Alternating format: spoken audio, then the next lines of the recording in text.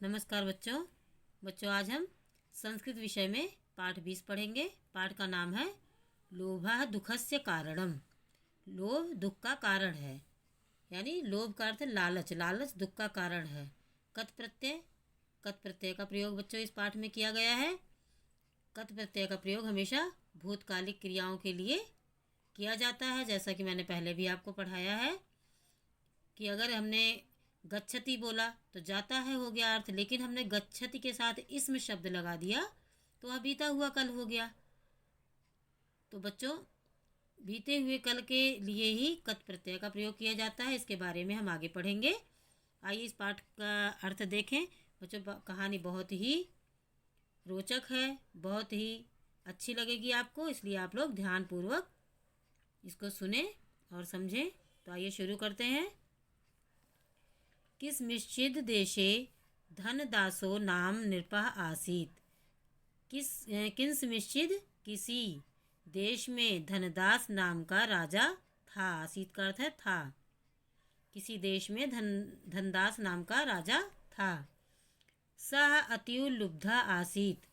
वह अतीव यानी बहुत, लुब्धा लोभी, आसीत का अर्थ है था। वह बहुत लोभी था, लालची था।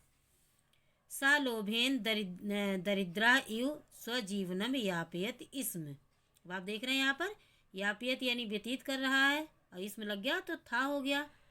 तो वह या उसने लोभ के कारण दरिद्रा यानी गरीबी, गरीबों की तरह, इव का अर्थ है समान या तरह। उसने लालच के कारण, लोभ के कारण गरीबों की तरह अपना, स्वकर्थ अपना, जीवन यापयति इसमें व्यतीत कर रहा था। वह लोभ के कारण गरीबों की तरह या गरीबों के समान अपना जीवन व्यतीत कर रहा था।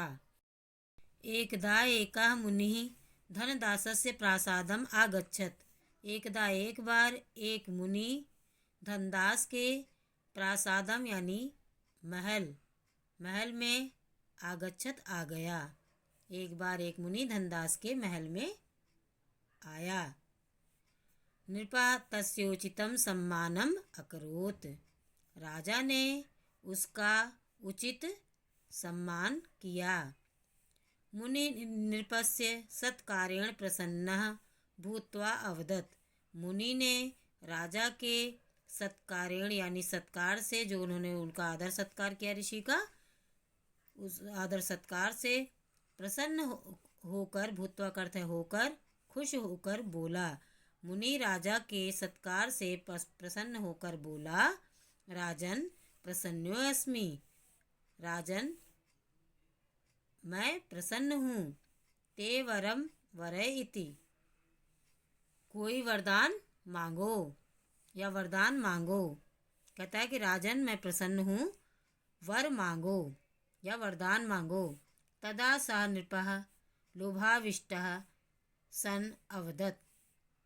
तब उस राजा ने लोभाविष्ट, लालच में आकर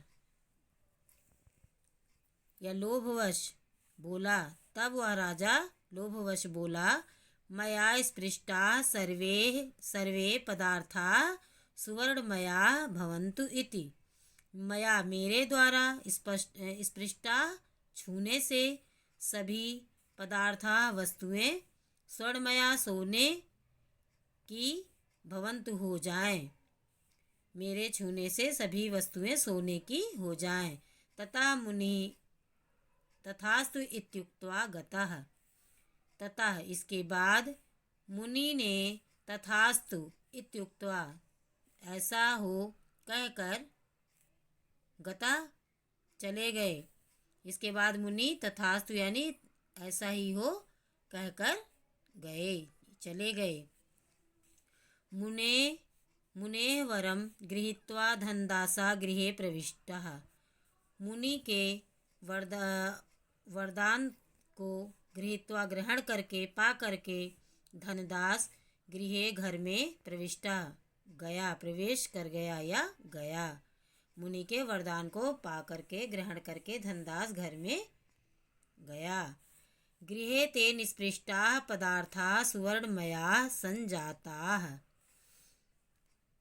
घर में तेन उसके स्पृष्टा छूने से, स्पर्श करने से, पदार्था वस्तुएं स्वर्णमया सोने की संजाता हो गईं।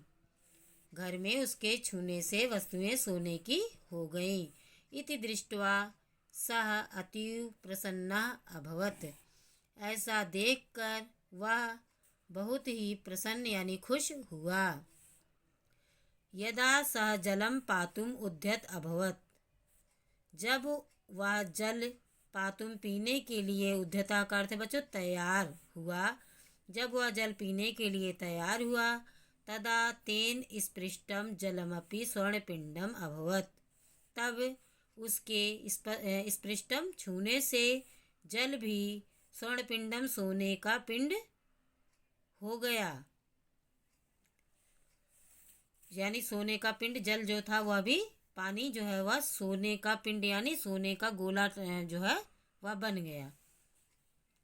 तस्मिन्नावसरे तस्य पुत्री भोजस्थलीम आदाय आगच्छत। तस्मिन्नावसरे उसी अवसर पर, उसी समय पर उसकी पुत्री भोजन की थाली आदाय लेकर आगच्छत आई। यदा सः भोजन स्थलीम अग्रहणात्। जब उसने भोजन की थाली को अग्रहणात् पकड़ा, तदा तेन स्पृष्टा सापि स्वर्णमयीं संजाता। तभी उसके द्वारा स्पृष्टा छूने से वह भी सोने की संजाता हो गई। तब उसके द्वारा छूने से वह भी सोने की हो गई। कौन? थाली। थाली भी सोने की हो गई। एतद् दृष्ट्वा तस्य पुत्री अतीव दुखिता अभवत्। यह देखकर उसकी पुत्री बहुत ही दुखी हुई। नृपः तां समाश्वासयितुं तस्याः शिरसि स्वहस्तं स्थापयत्।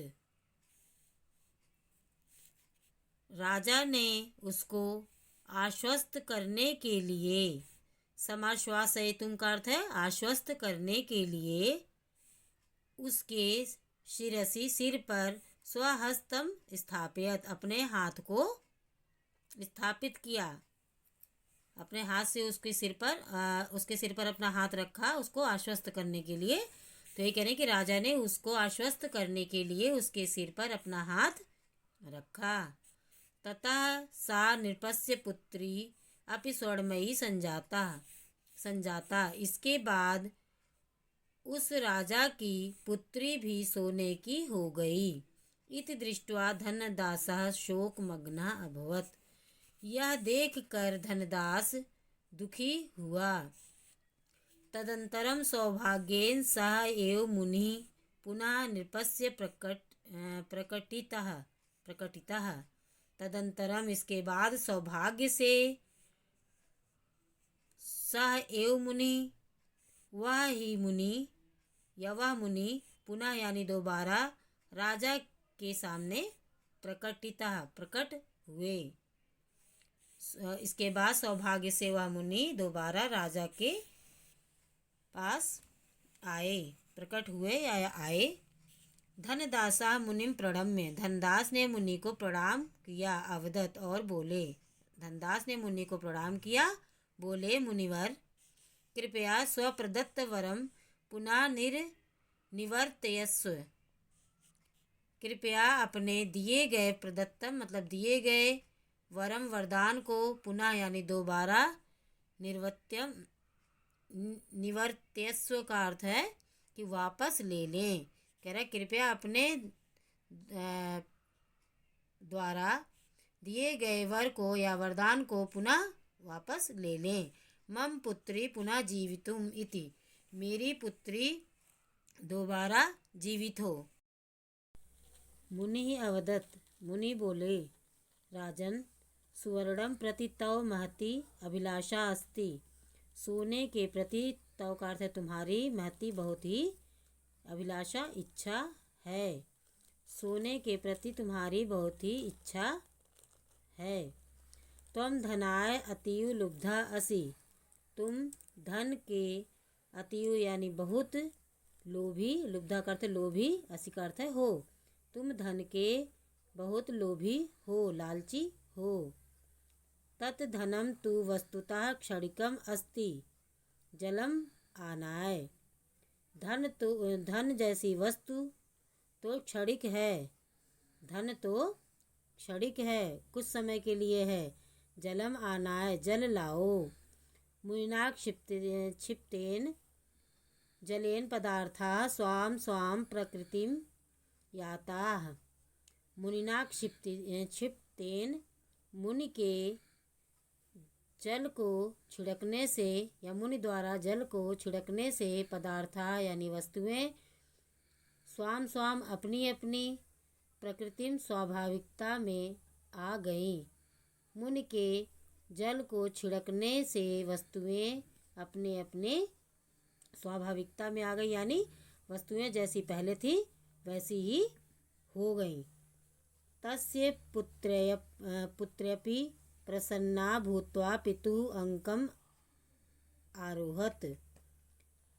उसकी पुत्री भी खुश होकर पिता की, अंक मतलब होता है बच्चों, अंक का अर्थ है गोद, गोद में, आरोहत का मतलब है चढ़ गई। अंक का अर्थ है गोद, आरोहत का अर्थ है चढ़ गई। उसकी पुत्री भी प्रसन्न होकर पिता की गोद में चढ़ गई। अतएव कथितम, अतएव कहा गया है या सही कहा है, अतएव कथितम सही कहा है। अति लोभा दुखस्य कारणम, अधिक लोभ, अधिक लालच दुख का कारण है।